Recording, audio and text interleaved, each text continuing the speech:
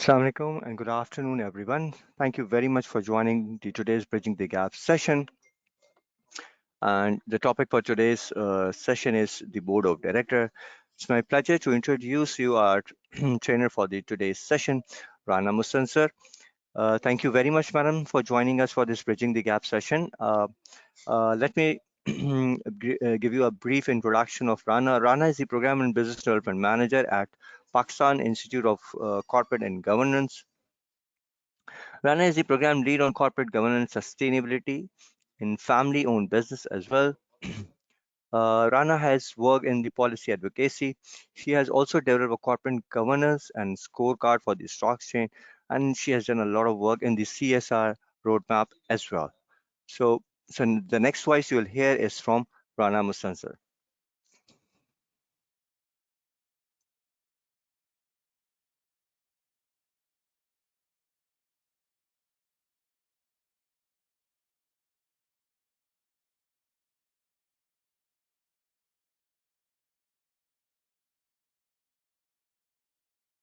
Good afternoon, good evening, everyone. Today's webinar is titled The Board of Directors. I work for the Pakistan Institute of Corporate Governance, and what we are trying to achieve rather, is to spread the word of good corporate governance throughout the corporate value chain. So starting from not only publicly listed companies and public sector companies, but also family businesses, SMEs, unlisted companies, and right down to startups. So I thought I'd title my presentation The Board of Directors. And I've tried to tie in my presentation with the strategic business leader module objectives. So that's, I'm going to turn off the video if you don't mind, so I have more control over my content.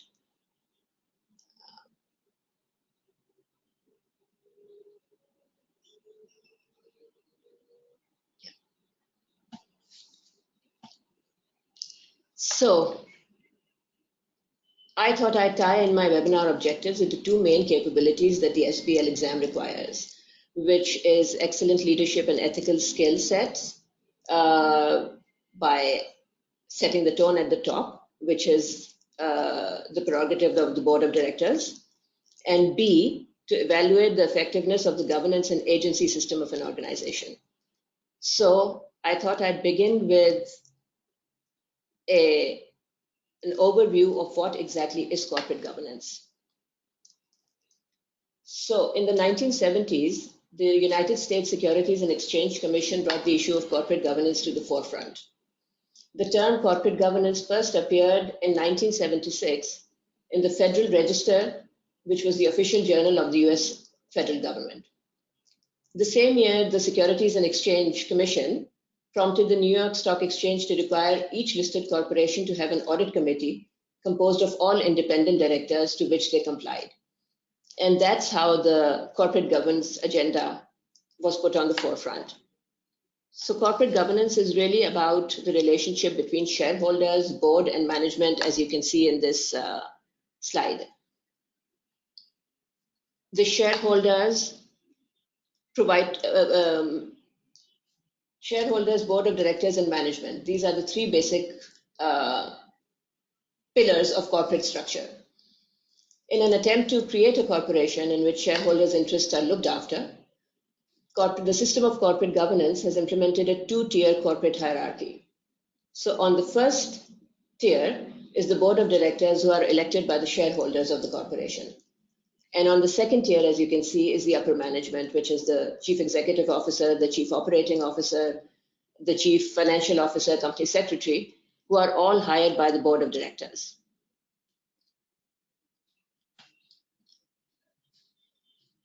I hope this is clear. So there are two important theories in corporate governance. One is the agency theory,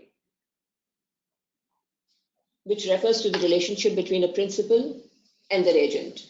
And the other is the stakeholder theory of corporate governance, which posits that corporate managers should take into consideration the interests of all stakeholder groups. So this is the shareholder versus stakeholder theory. What is the agency theory? Agency refers to the relationship between a principal and their agent, where the agent represents the principal in a particular business transaction and is expected to represent the best interests of the principal without regard for self-interest. The agent is employed by the principal to carry out a task on their behalf. By accepting to undertake this task on the principal's behalf, the agent becomes accountable to the principal by whom they are employed. And agency costs are incurred by the principals in monitoring agency behavior because they have a lack of trust in the good faith of agents to act for the benefit of the principal. And this is the basis of the principal-agent theory. The stakeholder theory of corporate governance, on the other hand, focuses on the effect of corporate activity on all identifiable stakeholders of the corporation. This theory posits that corporate managers, which are officers and directors of the company, should take into consideration the interests of each stakeholder in the governance process. So this principal, agent, owner, manager, these are the four main characters in the corporate governance story. The UK Financial Reporting Council, which produces the UK Corporate Governance Code, has incorporated these ideas in the latest version of the code, released on December 5, 2017, to emphasize that companies must develop and sustain meaningful relationships with a wide range of stakeholders. And those stakeholders are employees, vendors, customers, clients, community, society, the community in which the company operates. This slide depicts the relationship between the principals, the agents, the owners, and managers of the company. This relationship was basically born out of the Joint Stock Companies Act of 1856, the UK Joint Stock Companies Act of 1856, which is considered the founding piece of modern UK company law, which was based on four main principles: that the company becomes a person in its own right, that is a legal person, as the company is called a legal person. The separation of management and ownership became possible. The continuity of business was ensured beyond its original owners, and the concept of limited liability was introduced. Now I have put together a simple exercise to kind of recap what I have said in the past few slides. I have these two columns, principal and agent, and I have four sets of characters down below. Just take 2 minutes to think about it and put them in the respective column. Principal, agent. Which of the following are principals? Which of the following are agents?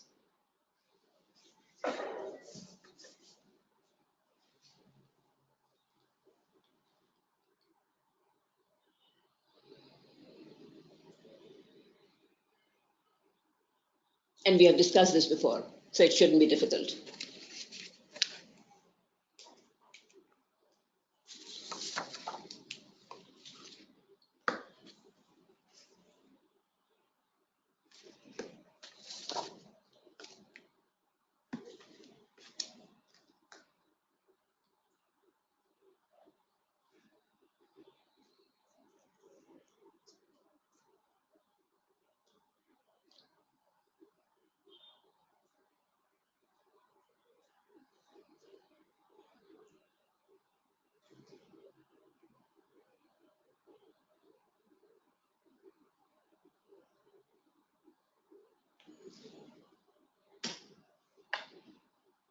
So this is how it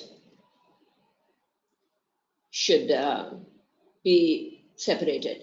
Principal, shareholders, agent, directors. Principal, shareholders, agent, auditors, corporate managers, all of us are also agents, and the principal is the shareholder. In investors and fund managers, because fund managers are trusted by the investors to invest their money to provide maximum benefit to them. So this is the principal-agent relationship.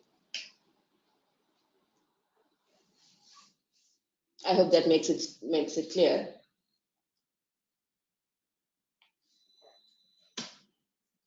Now we move on to what is the board of directors. An elected group of individuals representing shareholders, typically meets each physical quarter, is a requirement for all publicly listed companies and all well-managed companies. So the board of directors is basically a governing body that typically meets at regular intervals to set company policies for corporate management and oversight. Every public company must have a board of directors, and this is also according to the regulatory framework. Also, well-governed private and non-profit organizations have board of directors, who generally make decisions as a fiduciary on behalf of the shareholders and stakeholders. What is the board's purview? How are the roles and responsibilities administered? The board hires and fires senior executives, including the CEO. It ensures that the company has a well-managed resources at its disposals, oversees corporate strategy, risk, policies, compensation, dividend, etc. Issues that fall under a board's purview include the hiring and firing of senior executives, the setting of dividend policies, options policies, and executive compensation. In addition to those duties, a board of directors is also responsible for having a corporation set broad goals, supporting executive duties, and ensuring that the company has adequate, well-managed resources at its disposal. These are all the rights, shareholder rights, that a board is supposed to protect. Conduct a proper AGM, select the external auditors, take control of the legal and regulatory compliance, resolve corporate conflicts, approve related party transactions. The most important rights that all common shareholders possess and the board must absolutely protect are the rights to share in the company's profitability, income, and assets. Also, to exercise a degree of control and influence over company management selection. Gain preemptive rights to newly issued shares and get voting rights in general meetings, including the annual general meeting. So the board is basically a protector of shareholder rights.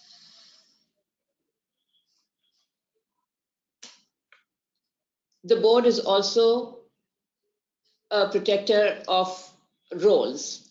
So this is chairman versus CEO. And there is increasing evidence globally and domestically in Pakistan that chairman and CEO roles should be separate. Because the chairman basically runs the board while the CEO runs the company. The chairman sets the company's strategic direction while the CEO actually sets the company's strategy. And the chairman leads the board meetings and sets the agenda for the board meetings, while the CEO, the chief executive officer, builds and maintains effective executive team, which then makes the strategy, manages the strategy, but the strategy is actually overseen and by the chair and by the board. The board must ensure that the roles of the board chair and CEO or managing director are separate and that there is no collision between the two. So the chairman ensures that the board receives proper information, while the CEO ensures that he or she is fully accountable to the board for the company's performance. And this is a very interesting point. Integrity and leadership are important both for the chairman and for the CEO. But the chairman has a lack of ambition to be CEO, and the CEO must have a lack of ambition to run the board. This is basically the point where the two roles must not come into collision. The chairman runs the board and ensures that the board sets the company's strategic direction, which includes setting the agenda for the board meetings and ensuring that the board receives proper information, which is financial information, strategic information, forward-looking information, information about company policies, and so on. And the CEO runs the company and implements that strategy. He builds and maintains an effective executive management team and is fully accountable to the board for the company's performance. Another very important role of the board is ensuring internal controls. And according to the Committee of Sponsoring Organizations of the Treasury Commission, commonly known as COSO, internal control is broadly defined as a process which is affected by an entity's board of directors. And this is very important to note, that it is affected by the board of directors, by the management and other personnel, and is designed to provide reasonable assurance regarding the achievement of objectives in these three categories. That is effectiveness and efficiency of operations, the reliability of financial reporting, and compliance with applicable laws and regulations. So these three objectives are basically fulfilled by management and overseen by the board. And this is what creates the system of internal control. And the board must always ensure that effective internal controls are in place. Internal control is effective in each of the above three categories, that is effectiveness and efficiency of operations, reliability of financial reporting, and compliance with laws and regulations, only when the board of directors and management reasonably ensure that they understand the extent to which the entity's operational objectives are being achieved. They ensure that published financial statements are being prepared reliably, and they ensure that applicable laws and regulations are being complied with. So these are all the board's responsibilities and the board's purview. I have another exercise for you, which recaps the above slides that we have done. These are some of the questions, A, B, C, D, and E. True or false? Read these carefully, think about them for 2 minutes, and see whether each of these statements is true or false.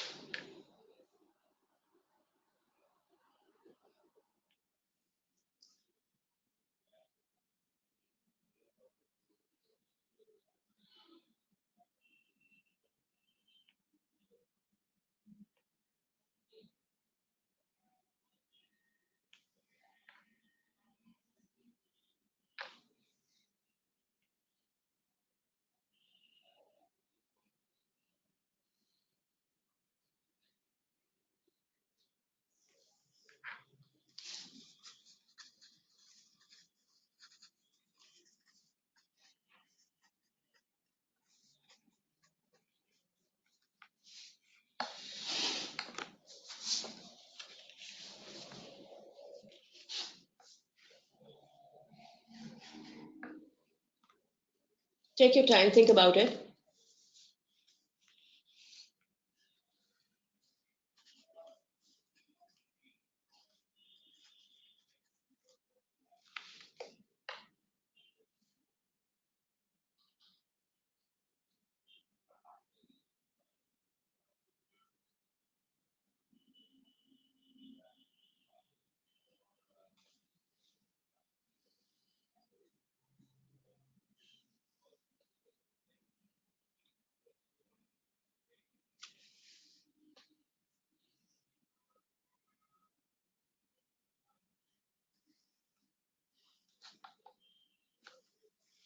I'll move on to the answers now. True or false? In relation to corporate governance, the board of directors appoints the CEO. Yes, true. Non-executive directors have an operational role in one of the key functions of the business along with the director's duties. That is false. This question, the statement actually should have appeared in the slide where we talk about non-executive and independent directors. But see, in order to prevent the unethical behavior, a board of directors should be ready to challenge management over matters of strategic importance. That is true. The role of CEO and chairman in publicly listed companies should be separate. True. And from an agency theory perspective, a company system of internal control represents another corporate governance mechanism that can be used to align the interests of managers and shareholders. True, as we discussed earlier. Now we move on to board committees and their roles.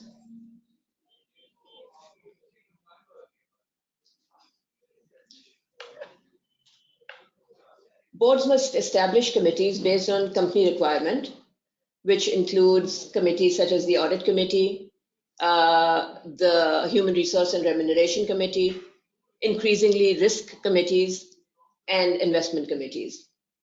Each of these committees must have formal terms of reference, which are developed for each single board committee.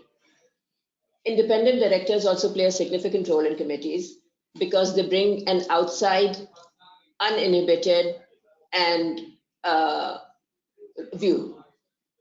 Board committees bring about operational improvement in the functioning of boards because they delegate specific responsibilities to smaller, specialized, and more manageable committees. We first start with the Audit Committee responsibilities. The Audit Committee's responsibilities are to review and monitor the integrity of the company's financial statements, internal control and risk management systems, the effectiveness of the internal audit function, the external auditor's independence, and reporting to the board. The Board Risk Committee. Board Risk Committee's responsibilities include oversight and approval of the enterprise risk management framework, and it includes operational, reputational, and strategic responsibilities. Post-credit crisis of 2008, the United States Dodd-Frank Wall Street Reform and Consumer Protection Act was passed in 2010. The Dodd-Frank Act placed strict regulations on lenders and banks in an effort to protect consumers and prevent another all-out economic recession. The Dodd-Frank Act required that bank holding companies, as well as non-banking financial companies that were deemed systematically important, too big to fail, to establish a risk committee which would be separate from both the board-level audit committee and management's own risk committee.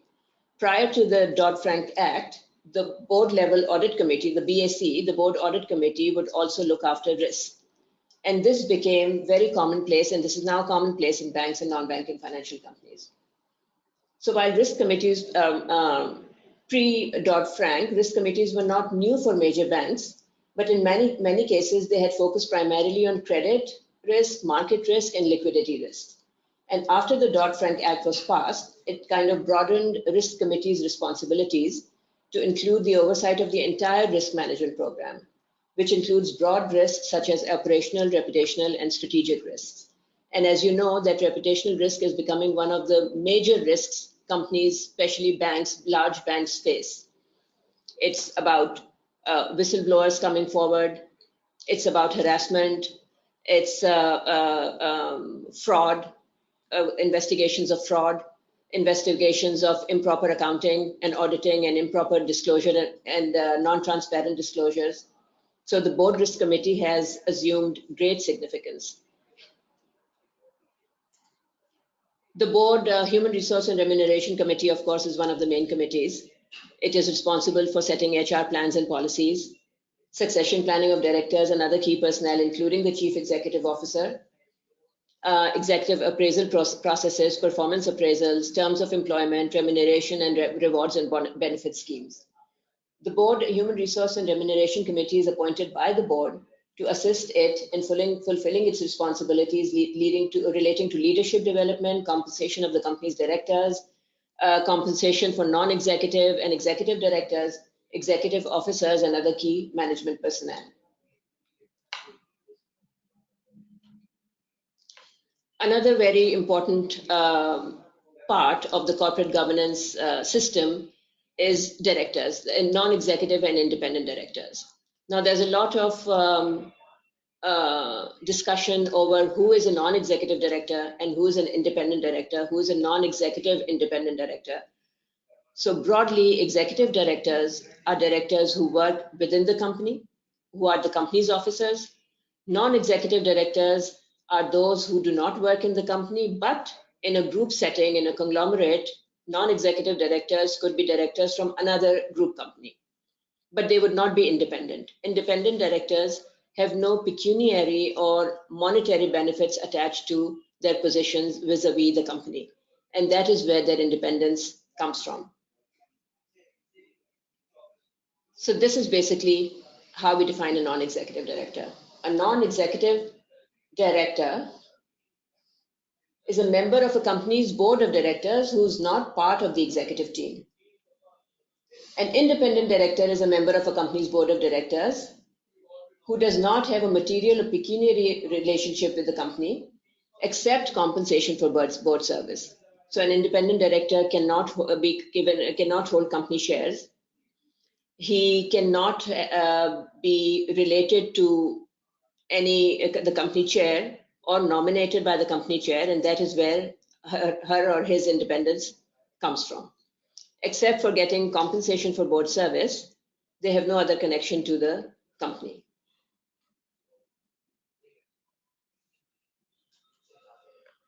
Non-executive independent directors bring value to the board.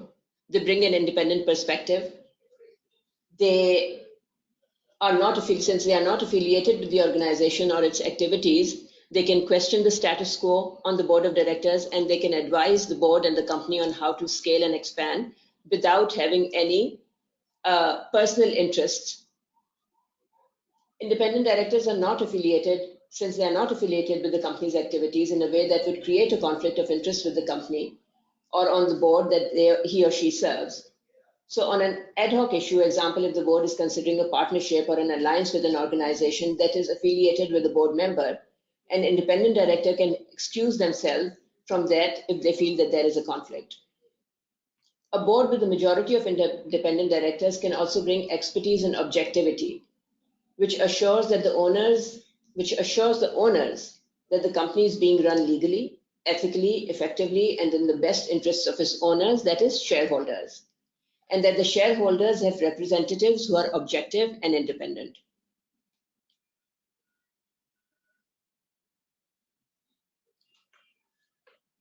Another exercise to get you thinking, something about recapping what we have learned about or what we have discussed about independent directors and board committees. Please have a read and try to think about the answers.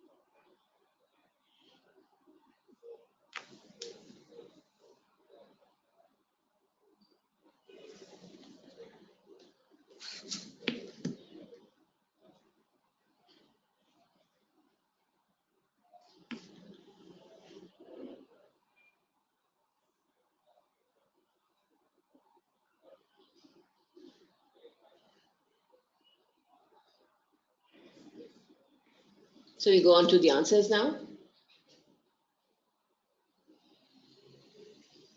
An independent director may be a representative of a shareholder who has the ability to control or significantly influence the board of management. False. Because an independent director cannot be a representative of anyone who has the ability to influence the board or management. Each board should have an audit committee composed of executive directors. False, because ideally audit committees should be composed mainly of non-executive directors and also of independent directors, so they can bring that objectivity and independence that we talked about to the board's decisions. Because all executive directors means there are all insiders on the board, and they would not be able to bring that objectivity to the decisions or that openness. Board committee chairs and members should normally be independent. True.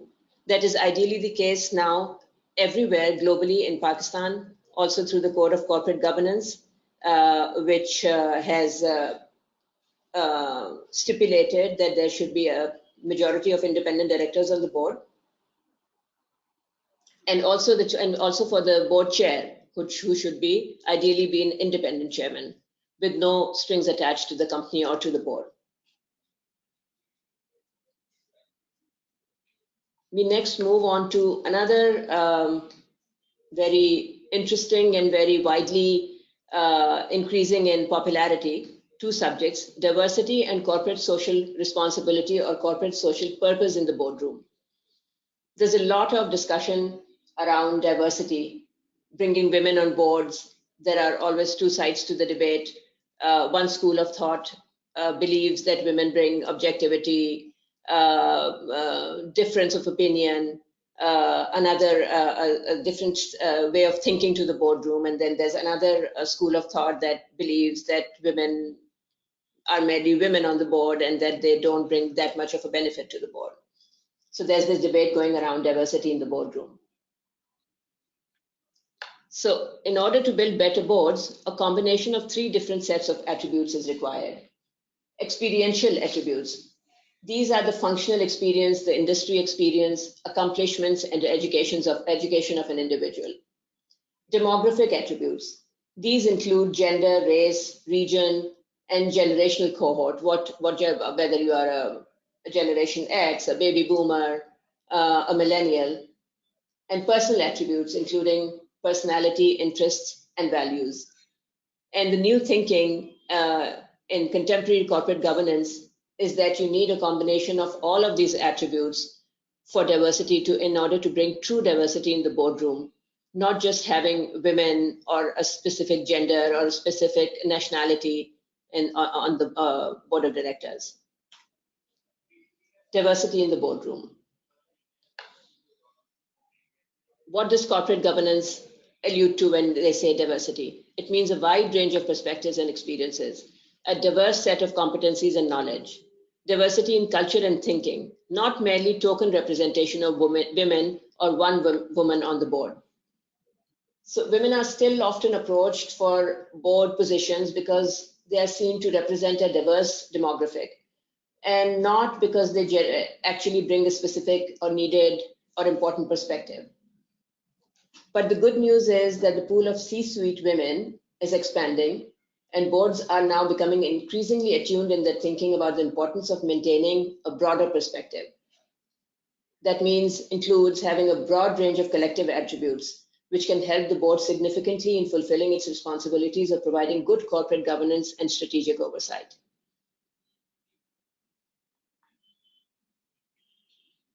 Corporate social purpose, as opposed to corporate social responsibility. Companies are now shifting from a siloed corporate social responsibility or CSR view to a broader corporate social purpose strategy. Corporate social purpose means the proper execution of a corporation's social purpose, which is likely to involve far more than traditional corporate philanthropy, planting trees, giving to charities, and actually takes into account the net impact of the business's operations. What community is the business operating in? Is it emitting harmful chemicals or gases into the environment? Is it complying with whistleblowing and harassment policies in the office? Is it a fair employer? Is it an equal opportunity employer? All these things come within the purview of the corporate social purpose of an organization as opposed to merely the traditional corporate social responsibility.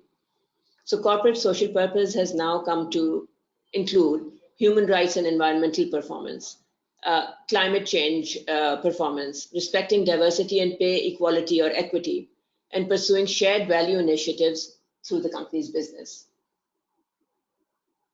Corporate social purpose is broader than traditional corporate social responsibility activities. It encompasses how the core business delivers positive economic, social, and environmental impact in the world. One of the responsibilities of the board is also to oversee the company's corporate social purpose. So these corporate social responsibility or corporate social purpose policies cannot be made in isolation to the company's business, to the company's profits, to shareholders' benefits. They have to be constructed and strategized in a way that encompasses the company's vision, mission, and objectives, its business objectives, shareholders' benefits, and how the company reacts and how the company is responsible to all of its stakeholders, including its employees, its customers, its vendors, community, society, its partners, the strategic partnerships that it creates. The corporate social purpose should be beneficial to all of these stakeholders as well as the company's shareholders. And the board must have an oversight role with respect to the company's corporate social purpose, with respect to the strategy and risk that come within the purview of this corporate social purpose. And this strategy and risk should also include, and the oversight of this strategy and risk should also include overseeing the company's social purpose strategy, which includes encouraging management to address the company's corporate social responsibility or corporate social purpose as part of the overall corporate strategy. If the company is not already doing so, it should do so, because that helps the management determine which social issues or which socio-economic issues or which corporate social responsibility issues are strategically aligned to the company's objectives, and which the company, along with its shareholders and stakeholders, can advocate and support.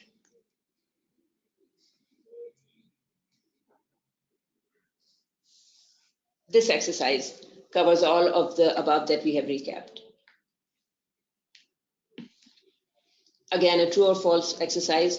Please read these statements, see which ones you think are true and which is false.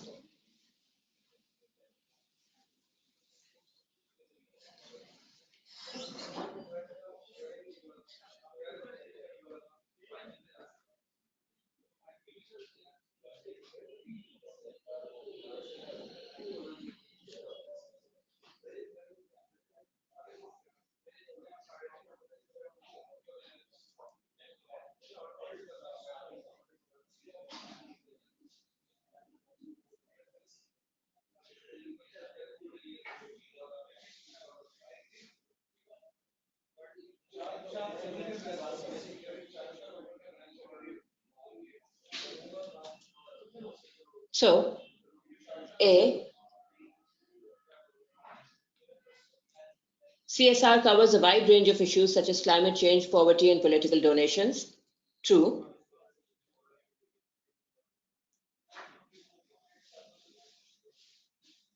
CSR is the recognition by corporations that their actions must take into account the needs and ethical standards of society. That is true. That is actually the essence of corporate social responsibility, that it is not merely to the benefit of the business, but it's actually a recognition that all the social and economic effects of the company's business on society are catered to and are taken into consideration. Diversity encompasses not only commonly recognized differences such as gender and race, but also individual differences such as social and political beliefs. That is true as well.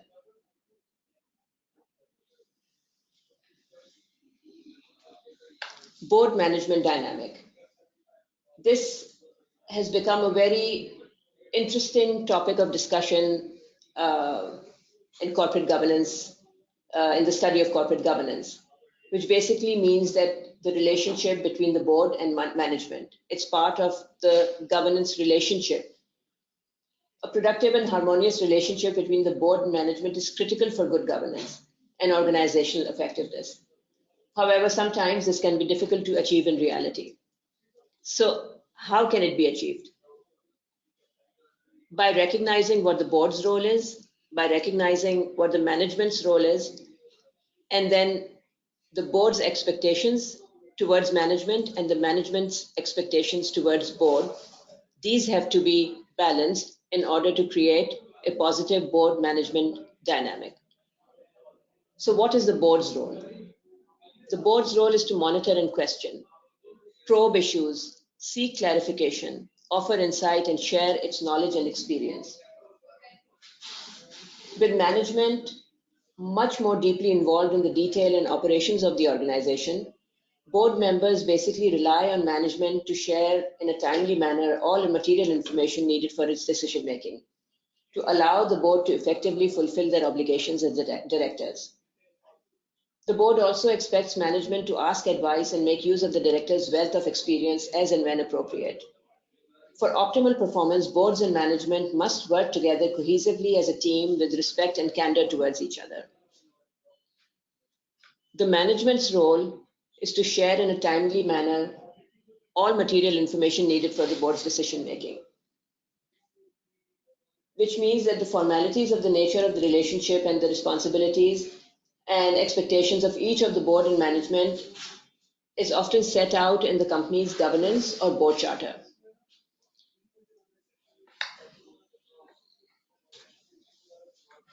And management's role is to ask advice and make use of the director's wealth of experience as and when appropriate. In this scenario, the chairman of the board has a primary responsibility to foster and maintain a constructive and effective culture in the best interests of the organization. What are the board's expectations of management? To receive relevant and material information from management, to oversee, manage, and hold management accountable, and be satisfied of the competence, capability, and capacity of management. This means that the board expects the management to accept that the board's role is to monitor, question, probe, and offer insight.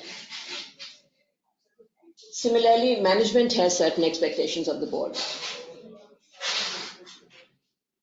Primarily, they expect that the board will trust them to implement the company strategy and deliver outcomes without undue interference from the board. Clearly stated performance objectives and defined boundaries of authority, and regular and honest performance feedback. Primarily, management expects that the board will trust them to implement the strategy. Here, the CEO's role is very important because the CEO specifically expects from the board clearly stated performance objectives and defined boundaries of authority. Without this direction, the CEO is left to speculate on what the board wants him or her to do or achieve. The CEO should also expect regular and honest performance feedback, recognition for achievement, honesty and openness, wisdom and advice, and the ability to use directors as a sounding board are also desirable. Responsibilities and expectations of the board include making quality-informed decisions based on relevant and material information, as we discussed before, being available to the board, especially from the management. The board management dynamic is very important because it also involves the relationship between board directors and management. And when we say management, it's not just higher management. It's also mid-level management, mid to senior level management. Board directors must be courteous and respectful when they listen to management with an open and constructively challenging them to allow management to make its contribution with confidence and clarity and without interference or constraint or trepidation. Legislation also places demands on board directors and management. The biggest demand from management is to ensure timely and relevant information flow and reporting so that there are no surprises. As such, the board's role is to signal the high standards of discipline and rigor which they expect of management by challenging and asking hard questions. In a case of a financial institution, test the validity of financial assumptions that are made, or stress test the opportunity or risk analysis, and test the depth of management's knowledge and understanding. The board must also help to foster trust and confidence in management and stimulate an innovative and creative culture. Management, on its part, must assure that the board receives relevant material information, that board discussions are stimulated, that managers assist the board in analyzing and considering important business issues, and that they respond to issues raised by the board. When reporting or presenting to the boards, management must be clear as to the purpose of the reporting or presentation and what the board is being asked to do arising from it.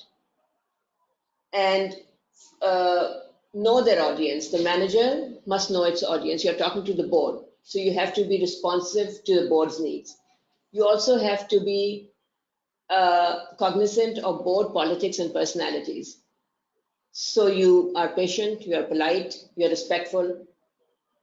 You also expect the board not to unduly meddle in operational matters, although being respectful of the need for the board to delve into emerging issues from time to time. The relationship between the chair and CEO is also critical. Primarily, it should be an engaged business relationship where professional and personal trust and respect are paramount. Because the chair and CEO relationship is the primary source of communication between the board and management. The CEO goes to the board gives the CEO information, and the CEO brings all that information back to management. So this is a very vital relationship. This relationship needs to be primarily a business relationship, where professional personal trust and respect is paramount, and where the chair can act as a mentor or a sounding board to the CEO. At the same time, it should also be a relationship of frankness and unity and mutual support. Uh, Chair and CEO meetings, apart from the board meetings. The chair and CEO must meet from time to time between board meetings to help set board agendas, to debrief after the board meeting, and to exchange updates and give guidance on material issues impacting the organization. Another aspect of board management dynamic is the relationship between individual board members and executive management. As such, individual board members do not have an inherent authority or executive power over management. So inquiries by board members or individual board members towards management and towards management of individual board members should primarily be channeled via the chair or the CEO. Where there is any direct material contact between individual board members and executive management, the chair and CEO should always be kept informed. Because this maintains the mutual respect and confidence and maintains the chair and CEO's authority. And this way, the CEO's authority will not be undermined. And communications between the executive management and board members may be freer. There may also be an expectation of freer communication between the chairs of the audit and risk committees and the relevant executives responsible for those functions on all those matters within the scope of those functions. So this is how the board management dynamic plays out. And finally, this exercise, true or false statements, to recap what we have discussed above. Take a little while to think about this.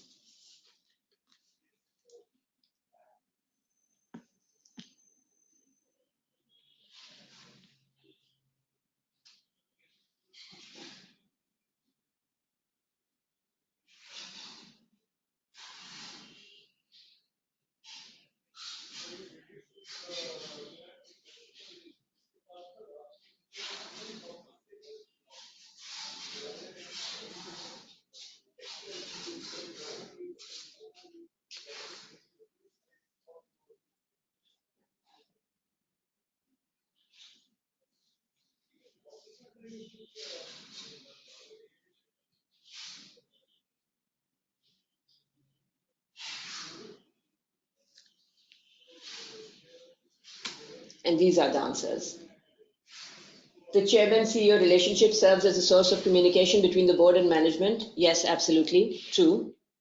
Management must expect that the board not to unduly meddle in operational matters. True. And the board must not expect management to assist it in analyzing issues raised by the board. False.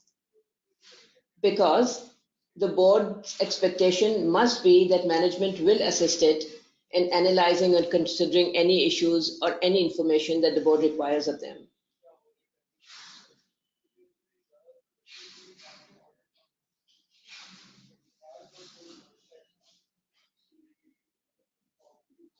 So now we'll just recap the entire discussion. Corporate governance, the evolution of public ownership has created corporate governance. And corporate governance has created a separation between ownership and management. Many companies before contemporary corporate governance came into play, many companies or businesses were small family-owned, family-run businesses. Today, there are large international conglomerates, publicly listed companies which are trading on one or many global exchanges. And that created a corporation in which primarily the shareholders' interests were looked after, and now increasingly there is stakeholder interest. Has also, many firms have implemented a two-tier corporate hierarchy. On the first tier is the board of directors, who are individuals who are elected by the shareholders of the corporation. And on the second tier is the upper management, which is hired by the board of directors. Then the board of directors are elected by the shareholders, They are made up of two types of representatives. The first type are executive directors, who are directors, officers, managers chosen from within the company. And then there are outside directors who are called non-executive or independent directors, who are chosen externally and are considered to be independent of the company. Then we recap the role of the board. The role of the board is to monitor a corporation's management team, act as an advocate for shareholders/stakeholders. The board of directors' first and foremost duty is to protect shareholders' interests. The main board members are the chairman, the independent director, the executive directors, and the non-executive and independent directors. The chairman is technically the leader of the corporation. The board chair is responsible for running the board smoothly and effectively. Their duties include maintaining strong communication with the chief executive officer, high-level executives, formulating the company's business strategy, and representing management and the board to the general public through annual general meetings. And first and foremost, maintaining corporate integrity. The chairman is elected from the board of directors, and increasingly there are calls for the chairman to be ideally an independent chair. Inside or executive directors are directors who work within the company. They can be either shareholders or high-level managers of the company. They help to provide internal perspectives for other board members. They are also referred to as executive directors if they're part of the company's management team. Then outside directors or non-executive directors have the same responsibilities as the inside or executive directors, but they are different in that they are not directly part of the management team.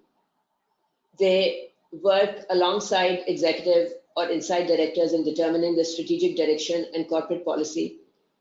The purpose of having independent directors is to provide an unbiased and impartial perspective on issues that are brought to the board.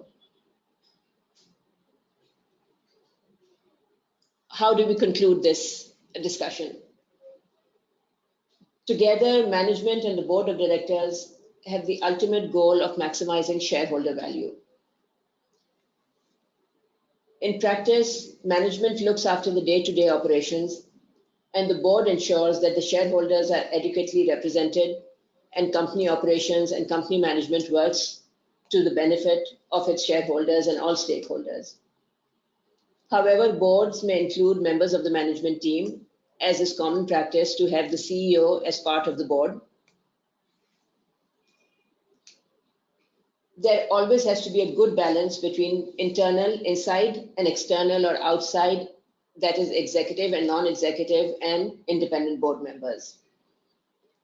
The separation of CEO and chairman roles is very important, and a variety of professional expertise on the boards.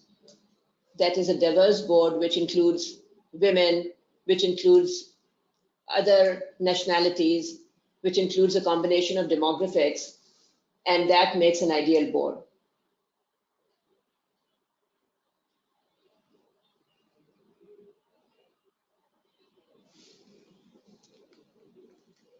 So that concludes our discussion for today. If you have any questions, please direct them to Khurram Iqbal and with the subject line, Bridging the Gap, the Board of Directors. Thank you very much.